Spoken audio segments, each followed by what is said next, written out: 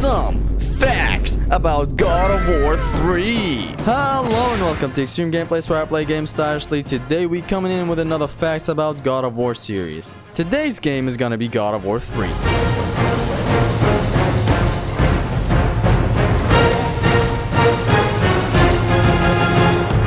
MF Doom. Starting off first, did you know you can see Ares buried under the ice near the start of the game? Creepy stuff, I'm telling you.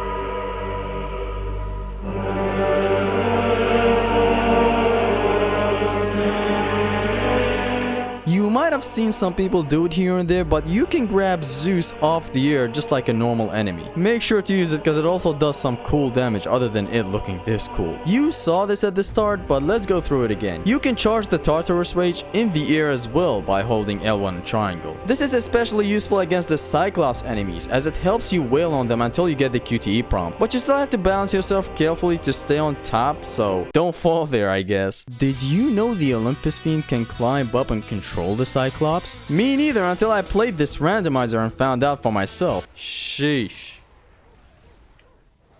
Hold on, is that thing riding the Cyclops? You can also take him down exactly like God of War 2, where these horny horn dudes control the Cyclops. I don't know what they're called. Crazy how I'm learning stuff here and there after all these years, and you stick up to the end of the video to know more about this. Like, you guys are not ready for what's coming in the part 2 of these facts about series. And of course, I consider this a nice discovery because we never fought an Olympus Fiend coupled with Cyclopses. Hence why I found it in the combat arena, and I found it impressive that, hey, this is in the game, wow. All in all, a really cool discovery by me, thanks. I'm pretty sure someone else found it before me. You can break these guys' shield using the Claws of Hades and then switching to the Nemean Cestus after you do this plume attack with the Claws of Hades. Apparently this happens because you kind of slam the Claws of Hades and they still do this damage even after the move is over.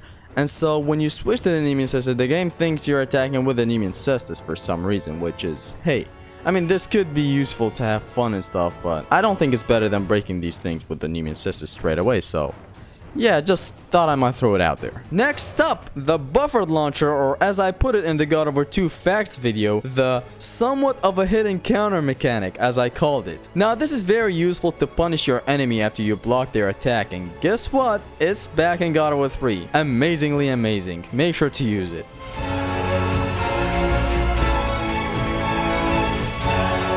Did you know you can perform the Blaze of Athena Air Tartarus Rage with the Blaze of Exile? Well, it's not as easy as you think. First you gotta block something in the air and then do the input, and you surely get it, son. I mean, it's cool to be here. I guess the game thought it was a counter in the air of some sort, because Kratos does this Tartarus Rage and not the new one. But yeah, anyways, it's just a cool thing that I found. I think I found this one as well, which is, come on, man.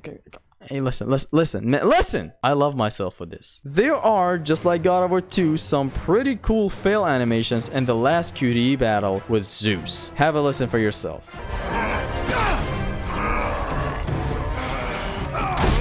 Celebrate your death! I will break you! Let me free you from your pain, my son!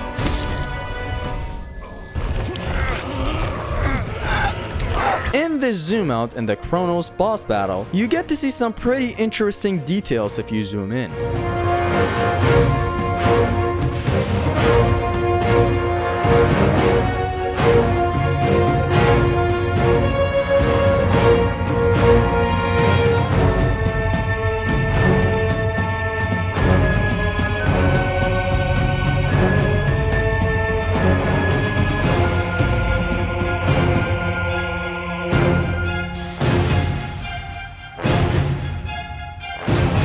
In the living room of Hades, where no one is alive, there is this painting on the ground. That gal is Persephone, Hades' beautiful queen. If you Orion's Harpoon a Minotaur, or let's say air snatch a Minotaur, his horns get stuck to the ground and it takes him some time to get up, helping you deal with other enemies surrounding you. This can also happen if you grab him in the air. Pretty useful. Not a lot of people know this one, but when you pause the game, you can look at the top left part of the screen and that's Kratos. Thank me later. He's also available on the main menu. Such a nice detail. You can cancel the second slam in the Nemean Cestus magic attack by simply jumping. Next up, we have something that I'm not sure a lot of people know. You can hold square with the Nemean Cestus in the air. Gives you this crazy attack that just does massive damage. I love it. This attack can be cancelled into an Ascension by pressing X. This is of course the L1 and triangle attack with the claws of Hades. You can hold L1 and triangle in the air with the Nemesis whip, and Kratos does this. This is a pretty cool way to farm rage orbs on an enemy. You can take an enemy on a trip to infinity and beyond by Hyperion ramming them like this. You switch between the blades and the Nemesis whip and execute the Hyperion ram constantly. On this gate that leads to the Palace of Hades, you can see Charon and his ship, a really cool painting in my opinion. The Olympus Archer and the Olympus Fiends are the only enemies where you can redirect their slamming position like God of War 1. This sucks because it kinda takes away from the greatness of Orion's Harpoon where you could redirect it in God of War 1. And why does that suck in God of War 3 is because you can only do it to these two types of enemies. Like in God of War 1 you could do it to every single enemy. In God of War 3 no, you can only redirect the Orion's Harpoon to these two enemies, which is, come on dog. Again, for people unaware, you can cancel attacks with the Rage of Sparta. Yes, all the attacks, except for the Super Plume and some shit here and there, but it's really good to cancel the Cyclone of Chaos or all the spinning attacks really. Even in the air, this shit cancels everything. Well, not everything, but a lot of moves. It can cancel a lot of stuff. And now, finally, the last fact or discovery about God of War 3 is that you can do this after collecting the Boots of Hermes. This is a really good option if you want to speed up the game for yourself. It's called the Jet Dash. This was found by Fiddlestick, and god, what a discovery back in 2010. Now, normally you can evade once in the air doing this. You can do this with the right stick, by the way. But if you have the Bow of Apollo equipped and you hold the right analog to whichever direction while pressing and holding L2, you get this.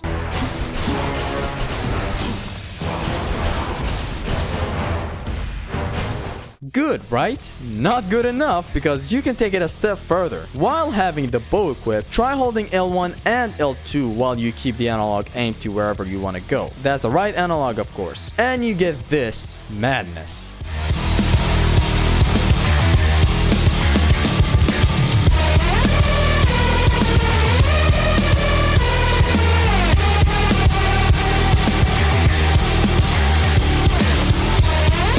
Alrighty guys, now this video was short, perhaps very short, but I'm sure size doesn't matter, right? Nah, for real, I know this video was short, but that's just how it is with these videos. And let me explain what's happening at the moment and why I decided to not make this one long and shit. I basically went with the same formula that I did with God of War 1 and God of War 2 facts about videos. This all started with my idea of making a facts about series where I talk about my discoveries while playing and you guys' discoveries while playing God of War and stuff. But that all changed after I made the first video of the series, thanks to Xristos. Again, he wrote down a movie script worth of God of War 1 facts, and right then it hit me. This man dropped 17 years worth of discoveries that were made in the Ultimate God of War Union, and some of his own. It was mad, and my response was, yeah, what else would it be? Bro dropped even further info about the game, and it hit me right there. There should be a video completely dedicated to one comment, and that one comment is by Xristos. And that's what I'm basically doing here. I'm dropping these short facts and discoveries videos all until we reach Ascension. Might be skipping Chains of Olympus and Ghost of Sparta though. But yeah, anyways, this video being this short for simple facts and cute little discoveries I and the others made, and then the part 2 of the God of Wars is gonna be the real hit. So for example, the part 2 of the God of War 1 facts about video is gonna be filled with discoveries and cool combat tactics. You can actually read them right now. Xristos' comments are pinned on these 2 videos that you can see on the screen right now. And in the near future, I'm gonna be making a video out of them. It's basically like a manga that you can read for yourself now on Xristos' comments, and I'm gonna be the guy who makes the anime adaptation. Xristos shaped this series in a whole different way, and I love it. Also check his channel out. Man's videos slap any day of the week. I'm pretty sure he's gonna comment some cool discoveries on this video as well, and it will surely get pinned as always. And if he can't comment them due to time or anything really, I don't really have a problem. Comment them, or I'm under your bed!